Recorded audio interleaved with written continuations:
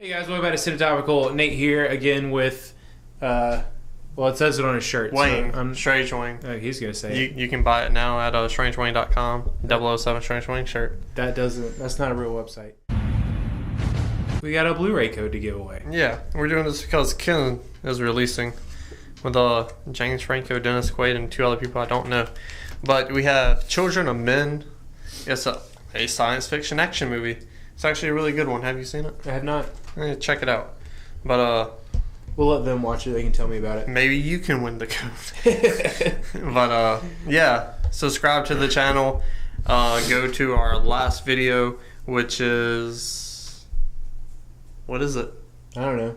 Our last top 5, and tell me the most disappointing movies. Tell me all the Zemeckis in that video. Comment it down below on this video. If you don't know how we do our top 5s, basically how we do it is one of us will do our 5 and 4, talk about it. The other person will do 5 and 4, we'll talk about it. 3-2, 3-2. We'll exchange number ones. We also have what we call the Zemeckis rule. So basically, it just means if one of us has a movie on our list, but the other person has it coming up 2 spots or higher, that person will say Zemeckis rule, and that just means instead of talking about the movie twice when it hits both our lists, we'll just talk about it once when we get to the person who has it higher on the list.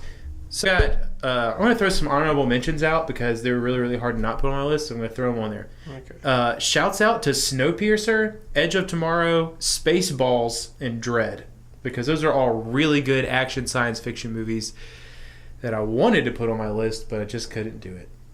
So, number 5, probably the most recent one on either of our lists, Ready Player One. I know it's not on yours, so I'm just going to start talking. I don't understand why anyone doesn't like that movie. It just doesn't make sense to me. It's like so much fun. It's so much fun. Maybe you're just too young. Maybe it's all the references in it that get me. I don't know. It's fine. Anyways, a lot of people say it didn't feel like Spielberg to them. A lot of people say it feels like Spielberg's back. I don't think I'm quite like a Spielberg's back guy, but there were definitely parts of it that felt very Spielbergy to me. It felt like a Robert Zemeckis movie. Spielberg light. I get it. Inside joke, sort of. Anyways, yeah, this movie is hella fun. Obviously it's science. We don't need to explain why it's science fiction because it's clearly science fiction and it has lots of action in it. But basically, just everything that I ever loved growing up is in this movie. It's number 5 because it's really, really fun. It feels like Spielberg to me. It has a lot of references to things that I love. That's it. Number 4 is going to be The Fifth Element. Not on my list either. Really? Did you consider it? Did you think about it? This list was pretty easy to make. They all came to me. It's like boom, boom, boom, boom. Your list is going to be so generic. I got one on there. He doesn't hate me. He doesn't love sci-fi like I do. Yeah. I like that movie. It's a very good movie. Chris Tucker's great. What I realized in making this list is that my favorite science fiction movies are the ones that are not super serious. If you mix science fiction with comedy for me, then I'm going to love it. I'm really going to love it. As long as it's done well. So, I think this is my favorite Bruce Willis movie. If we ever make that list, spoilers for my number 1 probably. I'll probably agree with you on that. Yeah. Chris Tucker's great in it. Bruce Willis. Oh my gosh, Chris Tucker is hilarious in it. What's that guy's name? The bad guy who has Gary Oldman? Yeah, with the hipster haircut now. Yeah, seriously, he would be very in now. He's great. Yeah, there's not a bad part of that movie. No, and it's he's such a he's just a low down schmuck, you know, but clearly has some sort of history to him. I just love the whole story. Goes on an adventure, all for love, because he found a girl. What's your number 5? The Matrix. Okay, it's not on mine. Okay, I thought about it, but very the action. It's very fresh. The whole bullet time thing. Yeah, this is gonna be stuff you heard 1,000 times. But I'm gonna repeat it really quickly. Yeah, for sure. It actually has the whole maybe if I did more drugs, it would be higher on my list. The whole you're in the world, but you're not really in the world. Yeah, very meta. Yeah. Mm-hmm. I don't do enough drugs for that. Maybe I'm gonna eat some shrooms and then watch it. Maybe I'll like it more. Number 4 is gonna be Aliens. Saw that coming. I love James Cameron. That's the bottom line. And you got James Cameron directing an Aliens film, but you put soldiers fighting a bunch of aliens. Right. We have more of the science of how the alien anatomy works, where they come from, the alien queen. You have the what I can think of is the fourth act in a film where like you think shit's done, Right. And then like the queen's on the ship, Mhm. climbs back up, and then you have double climax. yeah, and then you have I had one of those last night. You have Ripley.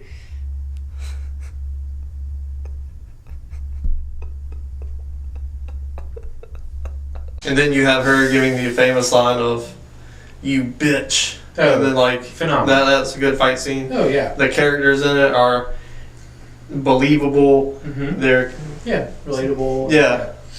You like the characters. You see the mother-daughter thing they have with her and the child, which I don't remember her name right now. It happens. Fair. It'll be on the screen somewhere. Right. And yeah, so it's very great. You got a great corporate scumbag in it. True. Again, you get good science, good fiction, and good action. Good science fiction movie. Yeah, for sure. Same thing with The Matrix. If I was making a list of what I thought the best science fiction movies were, that would definitely. Well, I also love the characters in this. They're great. And James characters. Cameron, Yeah. like how he does. Mhm. James Cameron's phenomenal. Yeah. 3 for me is going to be another one from this year. It's going to be Annihilation. Well, that's very good. Yeah. I put it on the list. Really? You love that movie? That's very I good. thought you liked it more than I did. I mean, the action. Yeah. It's so thought-provoking. Yeah, definitely. Like, we walked out of the theater. We went to see it together. We walked out of the theater just like... Probably talked about it in the parking lot for an hour or something. Yeah, but I specifically remember, like, we didn't even really know what to talk about. Yeah. Because that, like, you just had to dissect the shit out of that movie. Because clearly, like, it has so much underlying, like, meaning in relation to real world, like, problems and things going on here.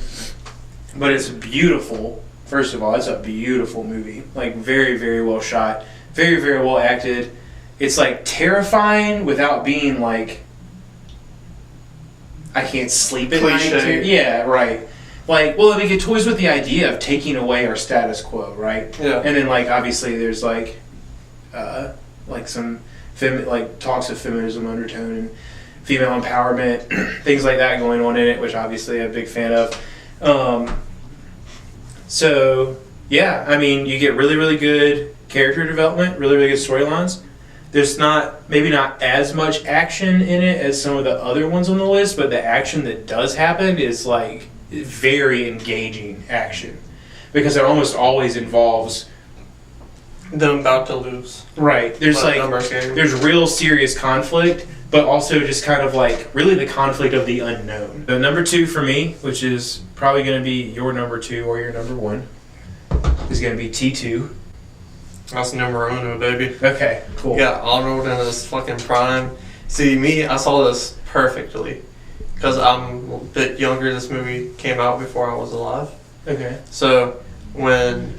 I believe so, yeah. Like 1992. It definitely came out before you were alive. So... I was in diapers. I watched it, the first one. Arnold's a bad guy. Mm-hmm. Number 2. So I'll watch this one next. Uh-huh. Pop it in. I'm with the characters. This dude is a bad guy. Yeah. He's about to kill homeboy. Yeah, Keith. He's about to smoke homeboy. Yeah. But then he's like, "Come with me if you want to live." Yeah. Yeah, and it's fucking like shocked, like so shocked by that. Yeah. And like James Cameron again, second time on my list. It's my number 1. He just knows how to direct a movie really well. He does. He knows how to build relationships with unlikely characters and put them together. Yeah. Titanic. Never seen it. Huh. Well. But wait. What? Never seen it. Conversation for another day. Again, the science of the post-apocalyptic world. The chip. You got a lot of science in there that makes sense. I mean, he's also an android. Yeah. Well, I mean, just because there's an android doesn't mean it's science fiction. Yes, it does. No, it doesn't. We're disagreeing on this. Dylan, there isn't any disagreeing. That's what it is. Just because it has an android, that's like saying Star Wars is science fiction because it has robots in it. That's not science fiction. It is. It's not science fiction. Yes, it is. Then what is? The 5 that's on my list. The photosynthesis of the plants and how that works and the evolving of and annihilation. Number 3 is Teenage Mutant Ninja Turtles 2: Secret of the Ooze. So basically, I've never seen it, so I don't know. Oh my god! You get this chemical spill, and it's like mutating stuff. The thing that made the Turtles teenage and mutant. So you get like these overgrown like dandelions and stuff, and then the Shredder finds this out. He's like, all right, we gotta mutate some monsters. So you have Toko and Razor, and the Ninja Turtles have to stop the Shredder. But you get this whole thing about mutagen and how that works, and then the scientist that was with the Shredder by force teams up with the Ninja Turtles to make an antidote to reverse Toko and Razor back to normal animals. And like you used to have fun with the Ninja Turtles. You get that great opening fight scene in the mall, and then Donatello's is like, yeah, well, that's great. Number 2, Predator. Where's the science in Predator? I knew you was gonna say that. So a young Dylan that watched this Strange Wang, that watched this in 2nd grade, he didn't know the body generates heat.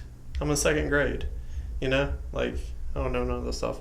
So Arnold having to go to the simplest of sciences and covering himself with mud to outsmart the Predator, and it explaining that with the visuals of the Predator's heat sensor, how he can find everyone and kill them.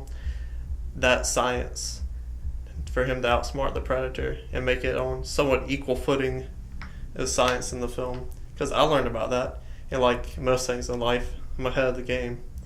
So we learned about this in like 3rd grade or whatever. I was like Predator. Teacher was like, yeah, get up. Anyways, number 1 on my list is not only the best science fiction movie of all time, it's also one of the best movies of all time, and it's The Empire Strikes Back. Which is rooted in science, but we agree to disagree. It is actually rooted in science. You can go. Going about what? About how it With is your rooted in funky science? bad self.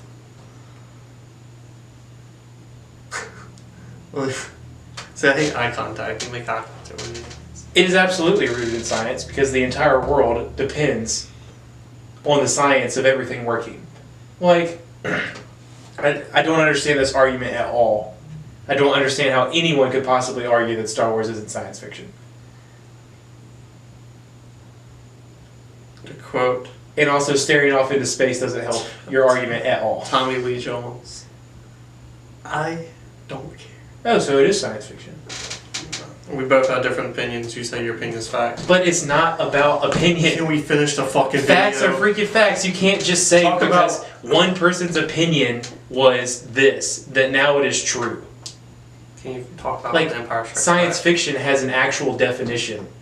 Can you talk about Empire Strikes Back? The Empire Strikes Back, I don't even want to anymore, but I am. Empire Strikes Back is my favorite science fiction movie. Because A, it's the best Star Wars movie. You get a hell of a good story. Obviously, you get the great reveal of Darth Vader. It doesn't exist without all the fictitious science that happens in the movie. And it has a phenomenal storyline. But yeah, this is cinetopical, and we're about to go fist fighting in the backyard. Like, comment, subscribe.